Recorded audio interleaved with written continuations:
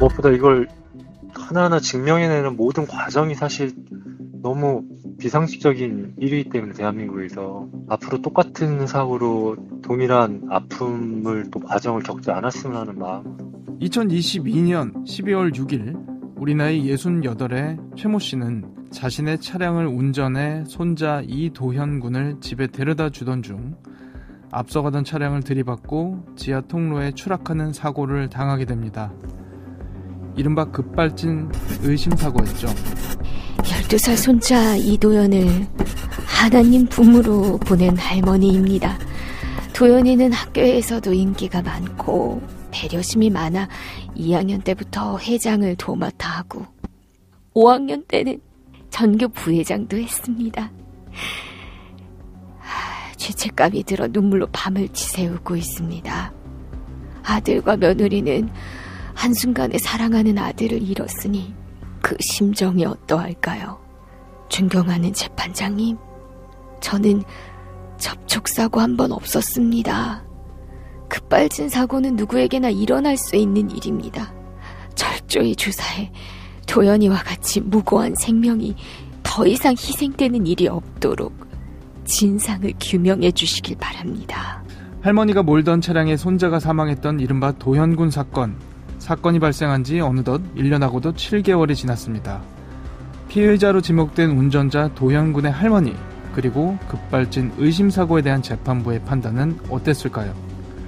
오늘 이원하 변호사의 사건 엑스파일에서 이 사건 자세히 짚어보겠습니다. 안녕하세요. 이원하 변호사의 사건 엑스파일 이원하입니다. 오늘도 로엘법무법인 안광희 변호사와 함께합니다. 변호사님 어서 오세요. 안녕하세요. 안광희 변호사입니다. 벌써 2년이 다 돼갑니다. 도현군 사건이라고 하죠. 당시 어떤 일이 있었던 건지 사건 개요부터 짚어주시죠. 예, 당시 뉴스에 도현군의 할머니 음성이 블랙박스 영상과 함께 뉴스에 방송되어 국민들이 많은 관심을 가졌었죠. 네, 저도 들어봤었어요. 너무 네, 가슴 아픈 음성이었던 것 같습니다. 예, 그 도연아 뭐 이렇게 외치는 영상이 네. 공개가 됐었는데요. 도현군의 할머니가 자신의 차량을 운전하여 논술학원을 마치고 나온 12살 손자 도연이를 집에 데려다주고 있었는데요. 그 차량이 강릉의 어느 아파트 사거리에서 좌회전하다가 갑작스러운 굉음을 내면서 속도가 높아졌습니다. 그 차량은 1차 사고 뒤에도 600m 넘게 달리다가 연석을 들이받은 충격으로 날아올라 6차선 도로를 넘은 뒤에 수로로 추락하였습니다. 운전자인 최모 씨, 도현군의 할머니는 가까스로 목숨을 구했습니다만 도현군은 정말 안타깝게도 사망했죠. 네, 안타깝게도 그렇습니다. 뒷자리에 탄 12살 도현군은 병원으로 옮겨졌지만 끝내 숨졌습니다. 할머니는 사고 후 응급수술 후 중환자실에서 3일 동안 있었는데요.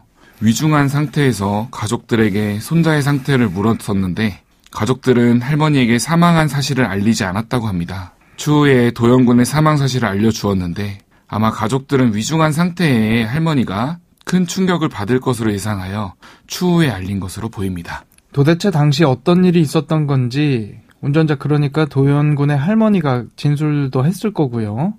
또 블랙박스 당시 상황 담겨 있었을 것 같은데 어떤 이야기들이 나왔죠? 이 사고가 자동차의 결함으로 급발진 사고냐 아니면 운전자의 과실이냐 하는 것입니다. 가장 중요한 부분이죠. 예, 그렇습니다. 일반 급발진 사건 중에서 보통은 5, 6초 내로 끝나는 사건이 굉장히 많은데요.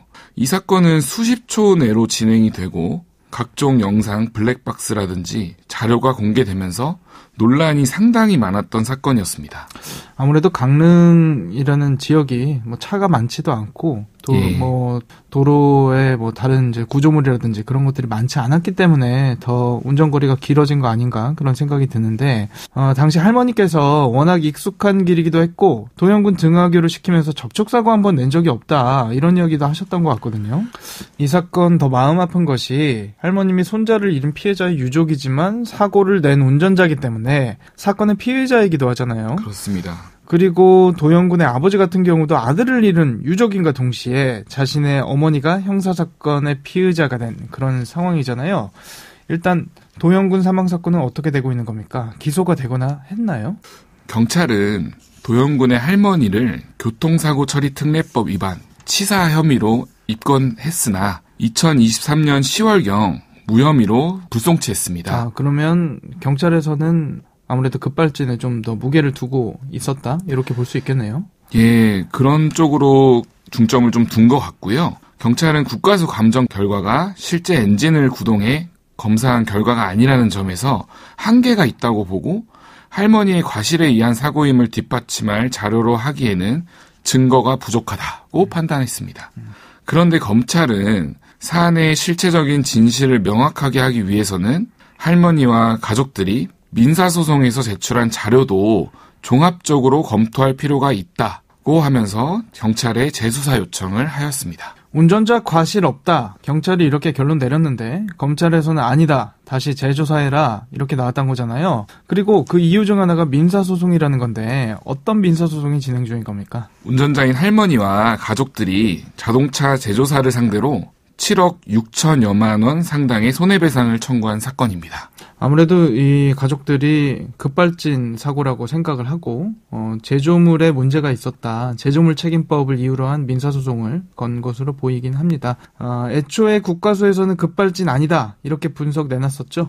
네, 그렇습니다. 경찰이 불송치 결정을 할 당시에도 사실 국과수 감정 결과가 나왔습니다. 그때 운전자의 운전 미숙이라는 취지의 국과수 감정 결과가 나왔었는데 경찰은 이 감정 결과를 받아들인 것이 아니라 사고 당시 상황은 정확하게 알 수 없기 때문에 운전자의 과실로 볼 수 없다라고 해서 불송치 결정을 한 것입니다. 급발진 사고 정말 많이 보도되곤 합니다만 제조사에서 인정한 사례가 한 번이라도 있나요? 아니면 제가 기억을 못하는 건가요?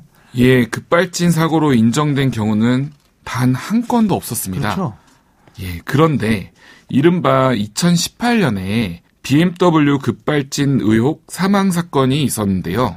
1심에서 급발진이 인정되지 않아서 원고가 패소를 해야 했으나 2심에서 급발진이 인정되었고 현재 대법원의 판단을 남겨두고 있는 상황입니다. 현재 도연군 유가족의 재조사를 상대로 민사소송을 진행 중이다, 이야기가 나오고 있습니다만 이 재판에서 사상 처음으로 국내에서 급발진 재현시험 진행했다면서요? 네, 맞습니다. 운전자 측이 법원에 감정 신청을 하여 2024년 4월 19일 진행되었습니다. 사고 차량과 같은 18년식 티볼리 에어에 KG 모빌리티가 제공한 변속 장치 진단기를 부착해 당시의 상황을 재현하는 방식으로 전문 감정인과 경찰, 아마추어 레이서 입회하에 통제된 상황에서 진행됐습니다. 이거 법원이 직접 참석해서 진행된 첫 시험이기 때문에 이 결과에 따라 앞으로 발생할 급발진 의심 사고들에도 정말 많은 영향을 미칠 수 있겠다는 생각이 드는데, 그래서 결과가 정말 궁금하거든요. 결론이 어떻게 나왔습니까? 실험 결과 시속 110km에서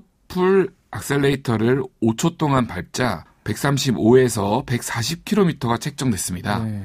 EDR이라고 하는 그 사고 기록 장치에 기록된 시속 116km보다 더 높은 136.5km가 기록된 것입니다. 정리해서 말씀드리면 EDR, 그러니까 사고 기록 장치에 의하면 시속 110km에서 운전자가 사고 전 마지막 5초 동안 풀 악셀을 밟아서 116km가 되었다. 5초 동안 풀 악셀을 밟아서 6km가 증가한 것으로 기록이 되어 있는 것인데 실험 결과 26.5km가 증가된 것이죠. 다르네요. 예, 그렇습니다. 운전자의 운전 미숙이라는 부분에 대해서 국과수 감정 결과, EDR 분석 결과가 결정적인 영향을 끼치고 있는데요. 도영군의 가족들은 EDR 분석 결과의 신뢰성이 떨어진다고 주장하는데 KG 모빌리티 측은 해당 시험에 적용된 조건이 국과수의 분석 결과 및 확인된 객관적인 데이터에 부합하지 않는다.